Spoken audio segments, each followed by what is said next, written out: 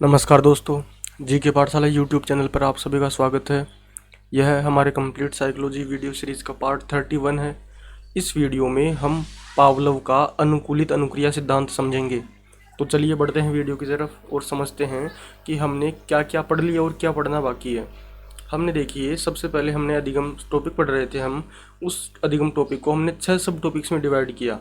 अवधारणा, अधिगम के सिद्धांत, अधिगम स्थानांतरण, अधिगम वक्र, अधिगम वैकल्य और अवधारणा मानचित्र। इनमें सबसे पहले हमने अवधारणा के अंतर्गत, अधिगम की अवधारणा के अंतर्गत अधिगम के अर्थ और सोपान, अधिगम की परिभाषा, विशेषताएं और अधिगम को प्रभावित करने वाले कारकों की चर्चा की थी। उसके बाद हमने अधिगम के सिद्धांतों को प्रारंभ किया था। अधिगम के सिद्धांतों को हमने 4 विचारधाराओं के अंतर्गत रखा: व्यवहारवादी, संज्ञानवादी, आधुनिक संज्ञानवादी और मानवतावादी। इनमें सबसे पहले हम व्यवहारवादी अधिगम सिद्धांत पढ़ रहे थे।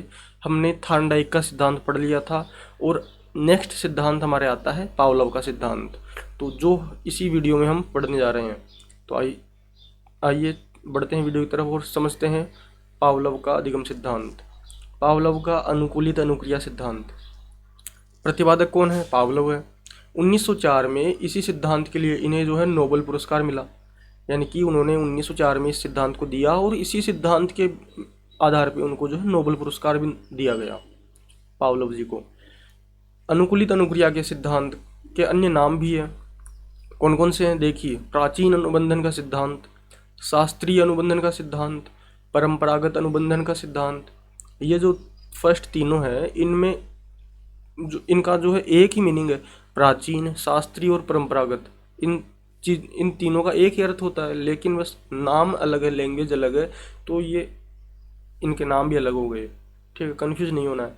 फिर देखिए अनुबंधन का सिद्धांत, संबंध प्रतिक्रिया सिद्धांत, संबंध प्रत्यावर्तन का सिद्धांत, CR थ्योरी। ठीक है, फिर है कंडीशनिंग रेस्पॉन्स थ्योरी, फिर है टाइप S थ्योरी। ये सभी इस सिद्धांत के अन्य नाम हैं। अब इस सिद्धांत के संबंध में कुछ फैक्ट है, वो देखिए। पहला है, अनुबंधन का अर्थ होता है पुनरावृत्ति के आधार पे जो संबंध स्थापित होता है, वही अनुबंधन है। यानी कि कोई चीज़ अगर हम बार बार करते जाते हैं, बार बार करते हैं कोई अनुक्रिया, तो उस अनुक्रिया बार बार पुनरावृत्ति के कारण जो संबंध स्टेबलाइज होगा, वही क्या है? अनुबंधन है। ठीक है, कंडीशनिंग है। अनुबंधन के पिता किनको कहा जाता है? पावलोव को, क्योंकि इन्होंने अपने इस सिद्धांत में अनुबंधन की अवधारणा दी, इसीलिए पावलोव को अनुबंधन का पिता कहा जाता है। और पावलोव कहाँ के निवासी थे? रूस के। अब चलिए बढ़ते हैं और समझते हैं कि इनका प्रयोग क्या था। पावलोव ने प्रयोग किया एक कुत्ते पर प्रयोग किया। तो प्रयोग में इन्होंने एक्चुअल में क्या किया कि एक कुत्ते को जो है बांध दिया। वो कुत्ता भूखा था, उसको बांध दिया और उसके गले में जो उसकी जो लार ग्रंथि थी, उसका ऑपरेशन करके उस लार ग्रंथि में एक नली फीड की। ठीक है, नली फिट कर दी, और ताकि उस नली को एक पात्र में, उस एक बर्तन में डाल दिया, ताकि उनको पता चल सके कि कितनी लार स्रावित हो रही है, या लार स्रावित हो रही है या नहीं। ठीक है, उनको ये तो टेस्ट करना था कि कुत्ता जो है अनुक्रिया करता है या नहीं करता। तो अब क्या करते हैं, वो पहले घंटी बजाते हैं, उसके बाद भोजन देते हैं। घंटी बजाई, भोजन दिया, घंटी बजाई, फिर भोजन दिया। तो कुत्ते ने क्या किया कि जैसे ही घंटी बजाई तो कुत्ते ने ध्यान नहीं दिया, लेकिन जैसे ही भोजन लाए तो भोजन को देख के कुत्ते ने लार टपकाई। ठीक है, लार स्रावित की। फिर दोबारा पावलोव जी ने घंटी बजाई और भोजन प्रस्तुत किया, तो कुत्ते ने भोजन को देख के लार टपकाई। दोबारा जो है वो घंटी बजाई और भोजन प्रस्तुत किया, तो कुत्ते ने भोजन को देख के लार स्रावित की। अब कुत्ते को समझ में आने लग गया, बार बार हो रही है ये अनुक्रिया। ठीक है, तो पुनरावृत्ति हो रही है इसी प्रोसेस की। तो कुत्ते को ये समझ में आ गया कि इस घंटी का और भोजन का कुछ ना कुछ तो रिलेशनशिप है, तभी तो पहले ये घंटी बजाई जाती है, उसके बाद मेरे को भोजन मिलता है। तो कुत्ते ने घंटी के साथ अनुबंधन स्थापित कर लिया। तो अब अगली बार जब भी पावलोव जी घंटी बजाते, तभी कुत्ता जो है घंटी बजाते ही लार स्रावित करने लग जाता, क्योंकि कुत्ते को पता है कि अब भोजन आने वाला है। ठीक है, यही प्रयोग था अनुबंधन का प्रयोग। पावलोव जी ने यह सिद्ध किया कि अनुबंधन जो है अनुबंधन स्थापित कर लेता है प्राणी जैसे कुत्ते ने किया घंटी के साथ, कि घंटी और भोजन के बीच में कुछ न कुछ संबंध है, तो घंटी के साथ अनुबंधन स्थापित किया कुत्ते ने। अब देखिए इसी प्रयोग के आधार पे इनके कुछ शब्दावली है।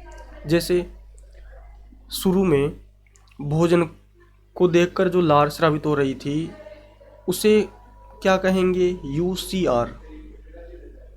ठीक है, UCR कहेंगे। जो भोजन को देख के लार स्रावित कर रहा था कुत्ता, उसे हम कहेंगे UCR, अनकंडीशनड रेस्पॉन्स।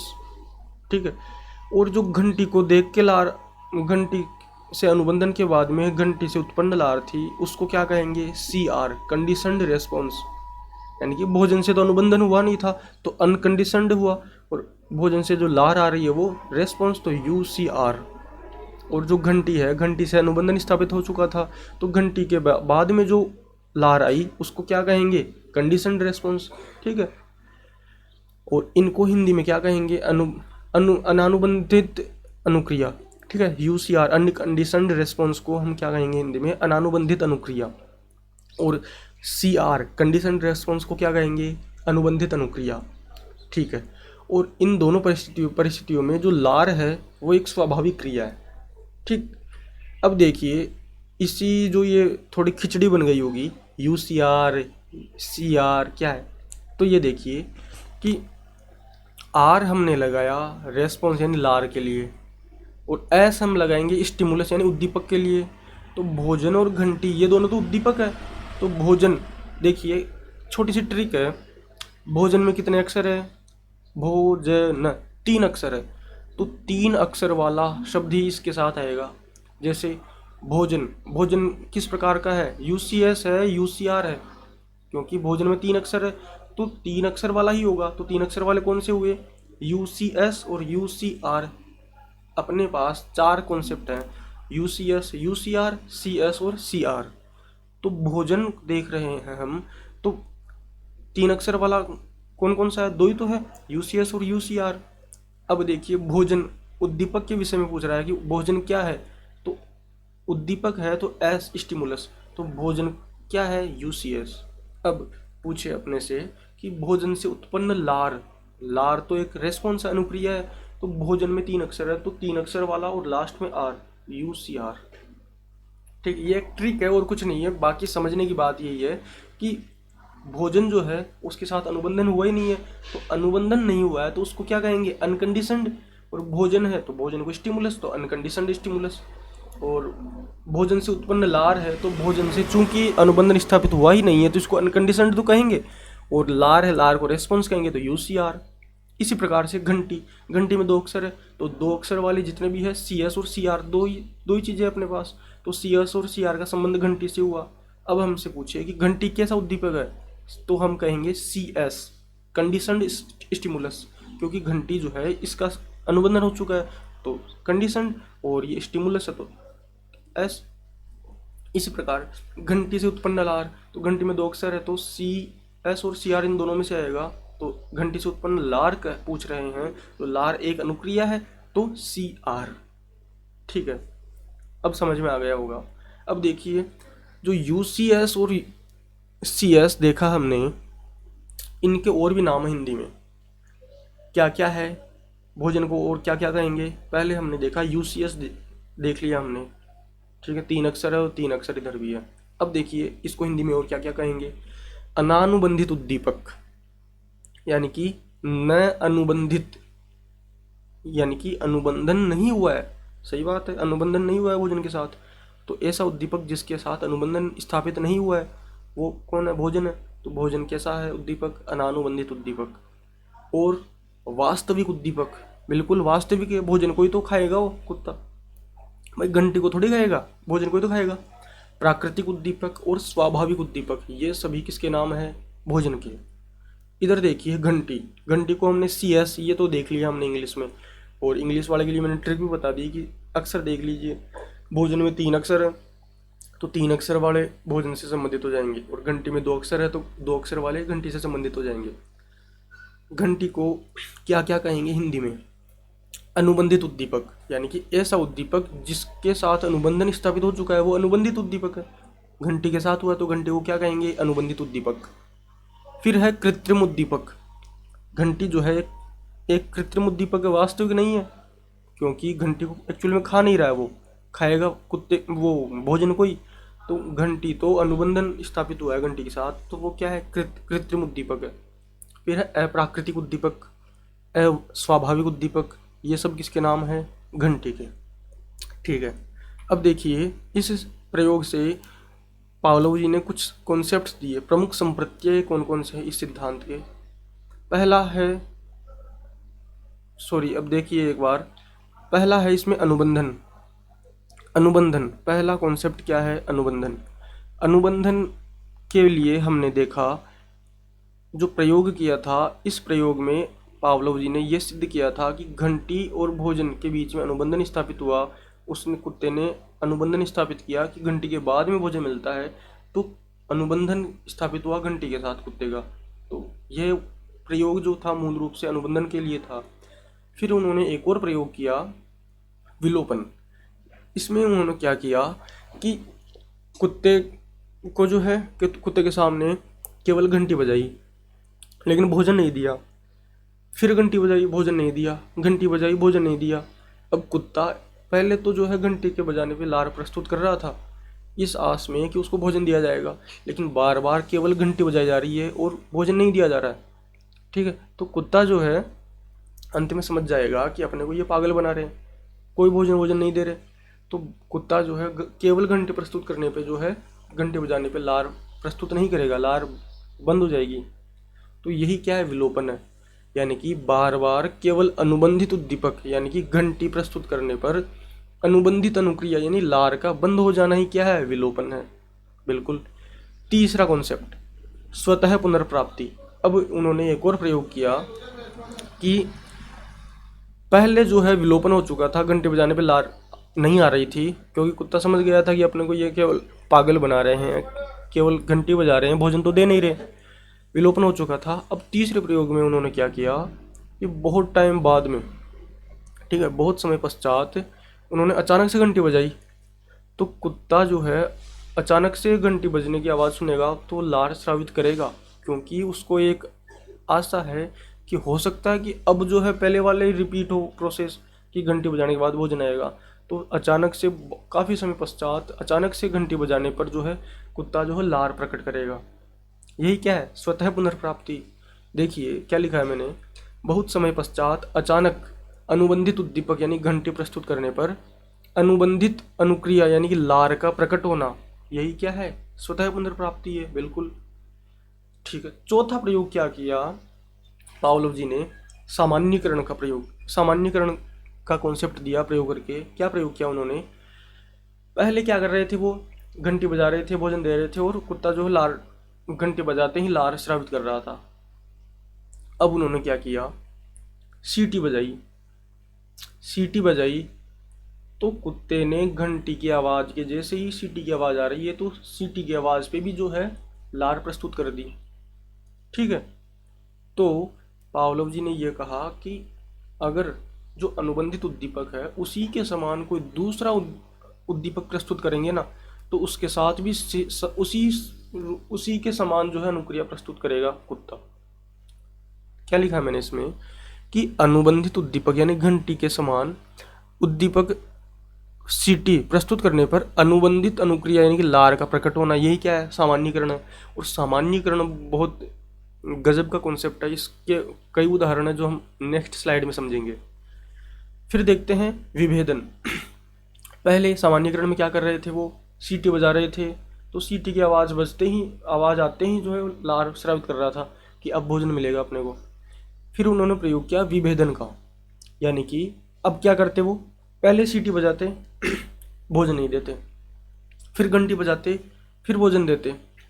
अब जो कुत्ता सीटी की आवाज़ पे भी लार निकाल रहा था और घंटी की आवाज़ पे भी लार निकाल रहा था, वो समझ गया कि ये सीटी बजा रहे हैं ना, तब तो अपने को भोजन मिलता ही नहीं है, और ये घंटी बजती है तभी मिलता है।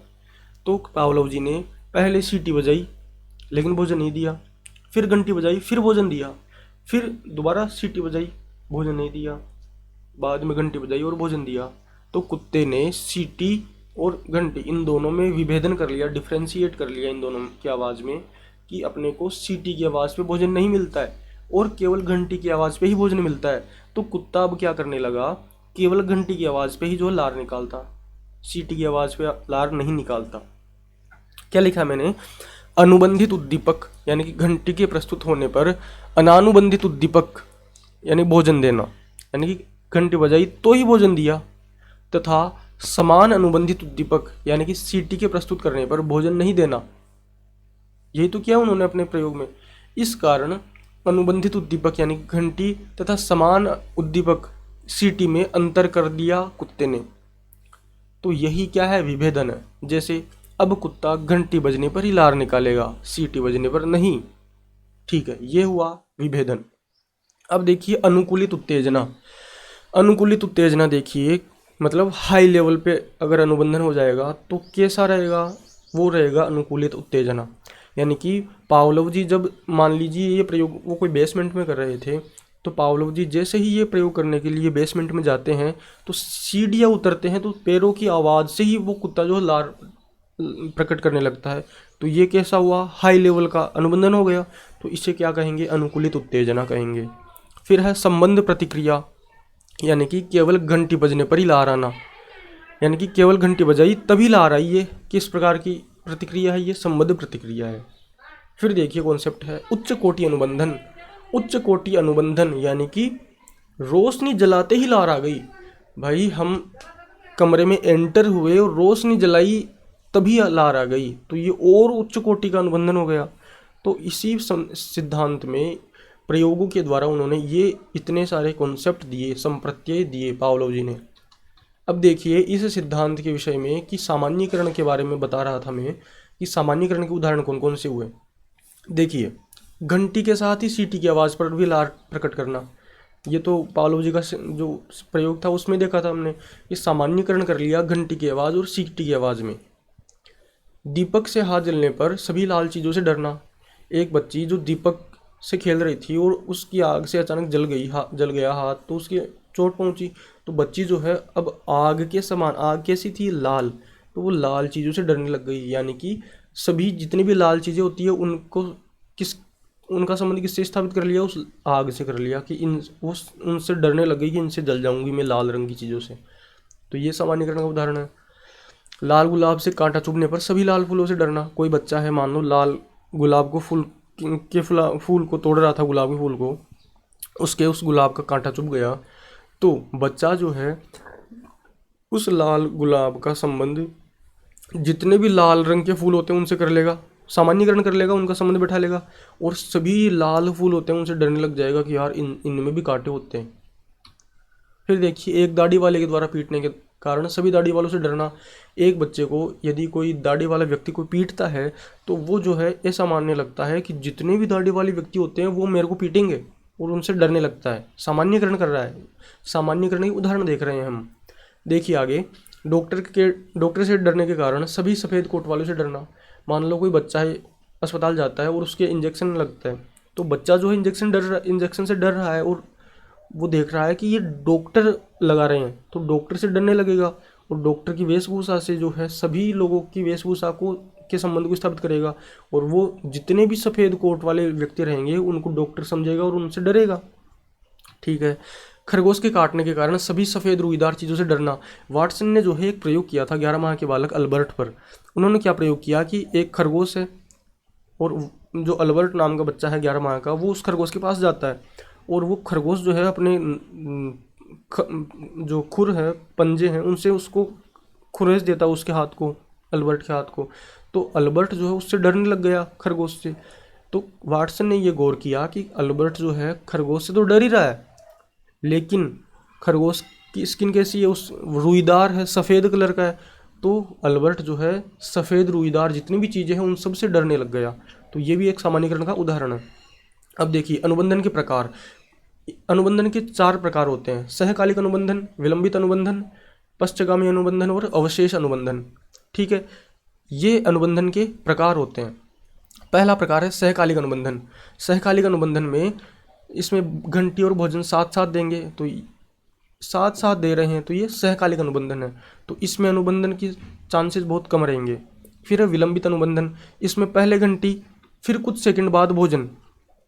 जो इस प्रयोग में हुआ था वही चीज़, पहले घंटी बजाई और उसके 4-5 सेकंड बाद में जो है भोजन प्रस्तुत किया, ये श्रेष्ठ प्रकार का अनुबंधन होता है। फिर है पश्चगामी अनुबंधन, इसमें जो पहले भोजन देंगे उसके बाद में घंटी बजाएंगे, ये सबसे बेकार अनुबंधन, इसमें अनुबंधन होगा ही नहीं। भाई पहले भोजन दे दिया उसके बाद में घंटी बजा रहे हैं तो कुत्ता जो है उस भोजन को ही खाता रहेगा, घंटी की ओर तो ध्यान नहीं देगा। फिर अवशेष अनुबंधन, यानी कि पहले घंटी और फिर बहुत समय बाद में भोजन हो, तो इसमें भी पहले घंटी बजा रहे हैं उसके बाद भोजन दे रहे हैं, लेकिन बीच का टाइम पीरियड बहुत ज़्यादा है।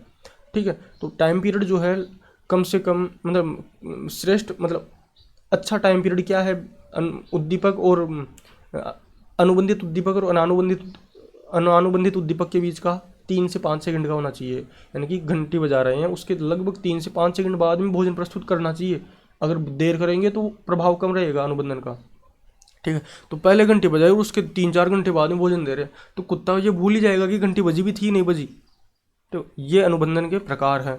अब देखिए, भोजन जो है इस प्रयोग में एक पुनर्बलन का कार्य कर रहा है। लड़कियां हैं उनमें अनुबंधन जल्दी होता है, फैक्ट है ये।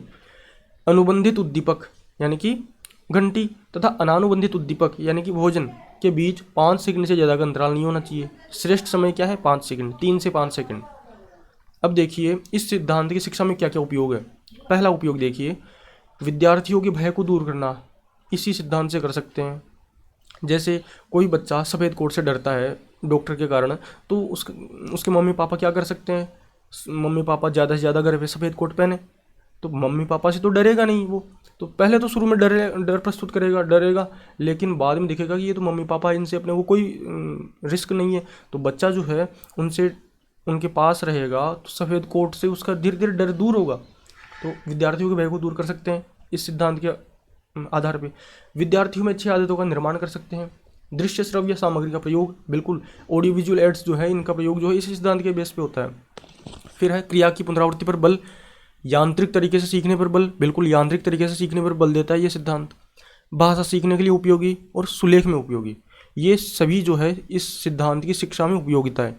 आई होप आपको ये वीडियो अच्छा लगा होगा। वीडियो अच्छा लगा है तो वीडियो को लाइक एंड शेयर कीजिए, चैनल को सब्सक्राइब कीजिए। धन्यवाद, जय हिंद।